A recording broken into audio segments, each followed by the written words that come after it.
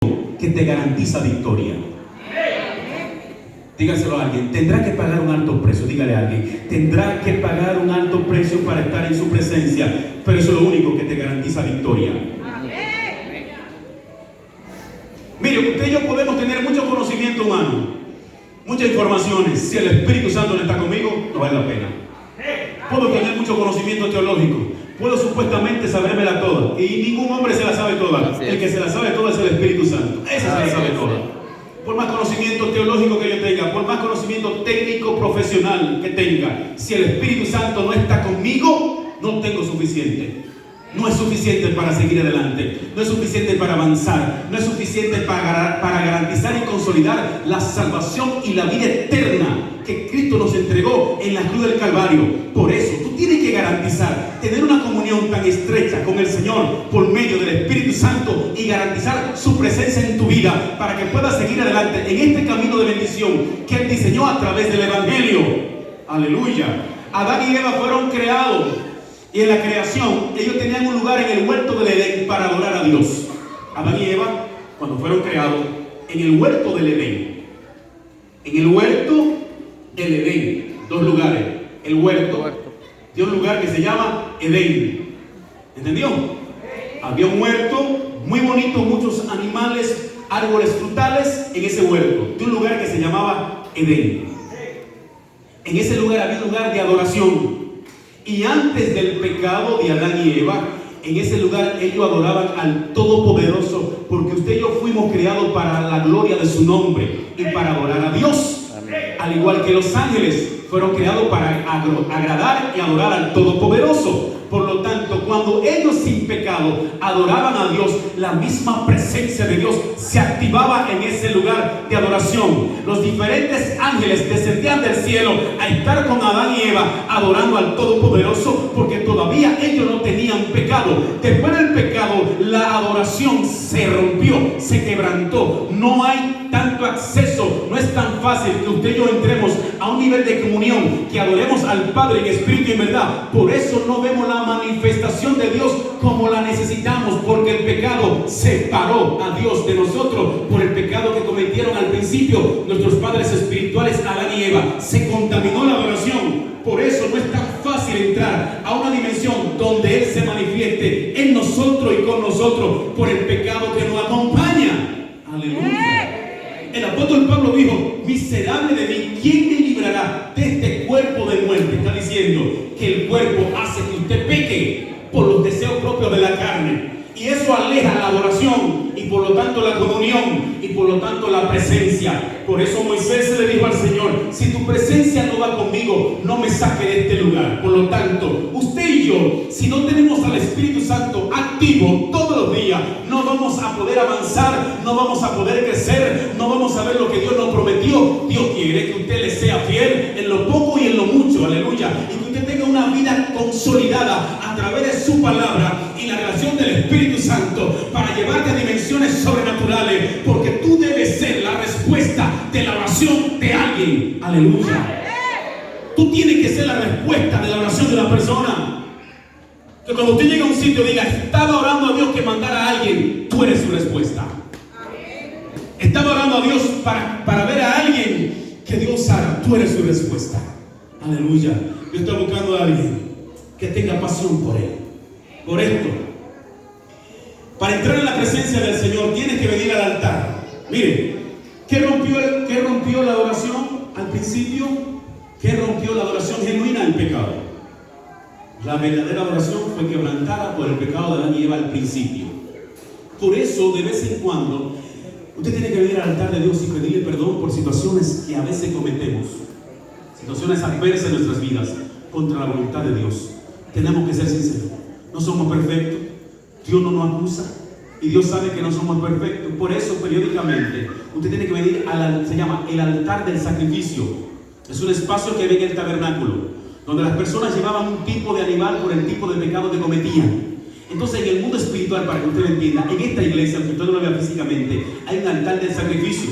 Y cuando usted se acerca al altar y está orando y está ayunando, y usted le presenta a Dios sus pecados o su pecado, Él recibe como olor fragante sus quejas, sus lloros. ¿Sabe por qué? Porque el pacto de la sangre del madero el pacto de la sangre del madero. Aleluya. Mire, eso es poderoso. Cuando usted dice, no el pacto de la cruz, no.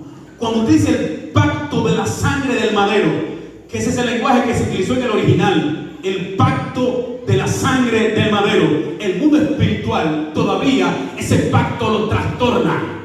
Los demonios todavía huyen a causa del pacto de la sangre del madero.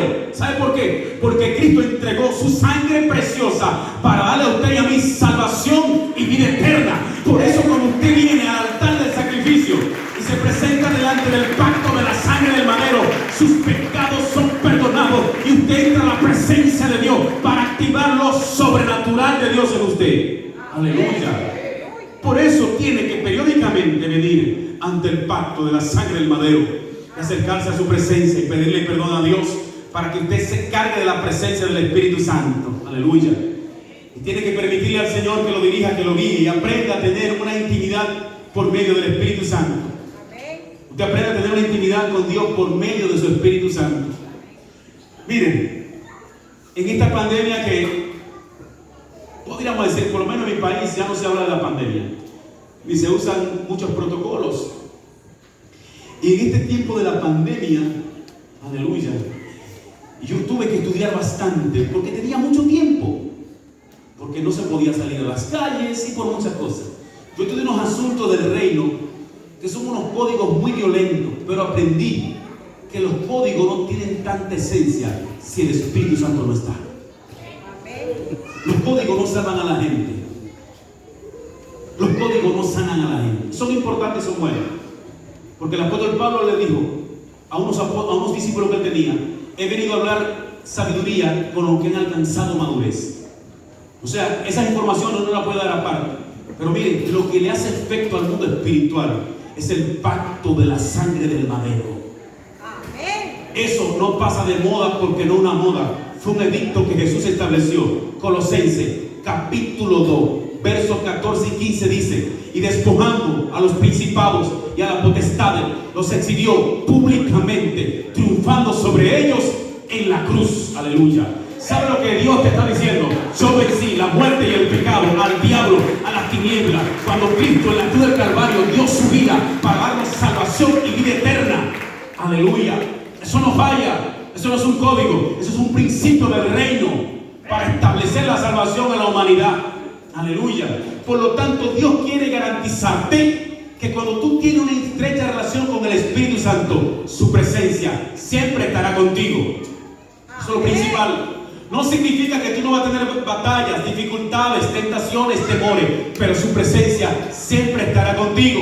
Cuando Moisés le habla al Señor de que su presencia debe acompañarlo, sino que no me saque de este lugar, no era que si su presencia, que la presencia de Dios lo guiaría, no era que no iba a tener guerra con los pueblos enemigos. Iba a tener guerra, aunque la presencia lo acompañara. Pero ¿sabe qué? Cuando la presencia del Todopoderoso me acompaña, yo soy invencible, soy indetenible, porque el Todopoderoso es que me guía adelante y que me guía detrás, que me guía a la derecha y que me guía a la izquierda. Por eso él quería garantizar que la presencia de Dios lo guiara donde quiera que se moviera. Aleluya. Pero pasaba algo con el pueblo. Y es lo siguiente. Recuerde que Moisés tenía un campamento, muchas casas de campaña, para que usted tenga una idea. Y en el centro de las casas de campaña, del campamento, tenía el tabernáculo. El tabernáculo, la palabra en hebreo, Hod o El, lo que significa lugar de adoración, lugar de cita.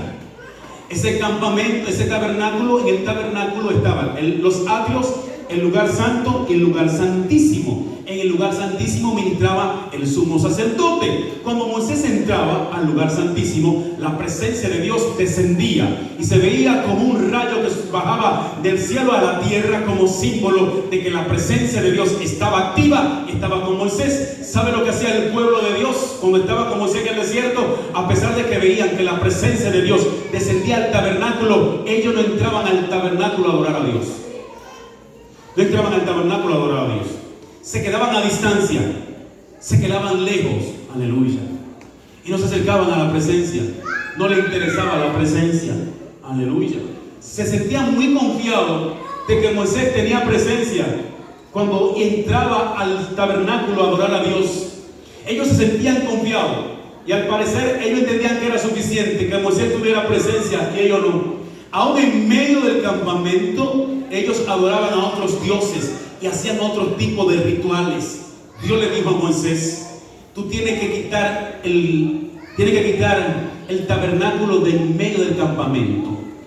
Llévatelo a 3 días de camino del campamento. El que quiera presencia tendrá que pagar un precio.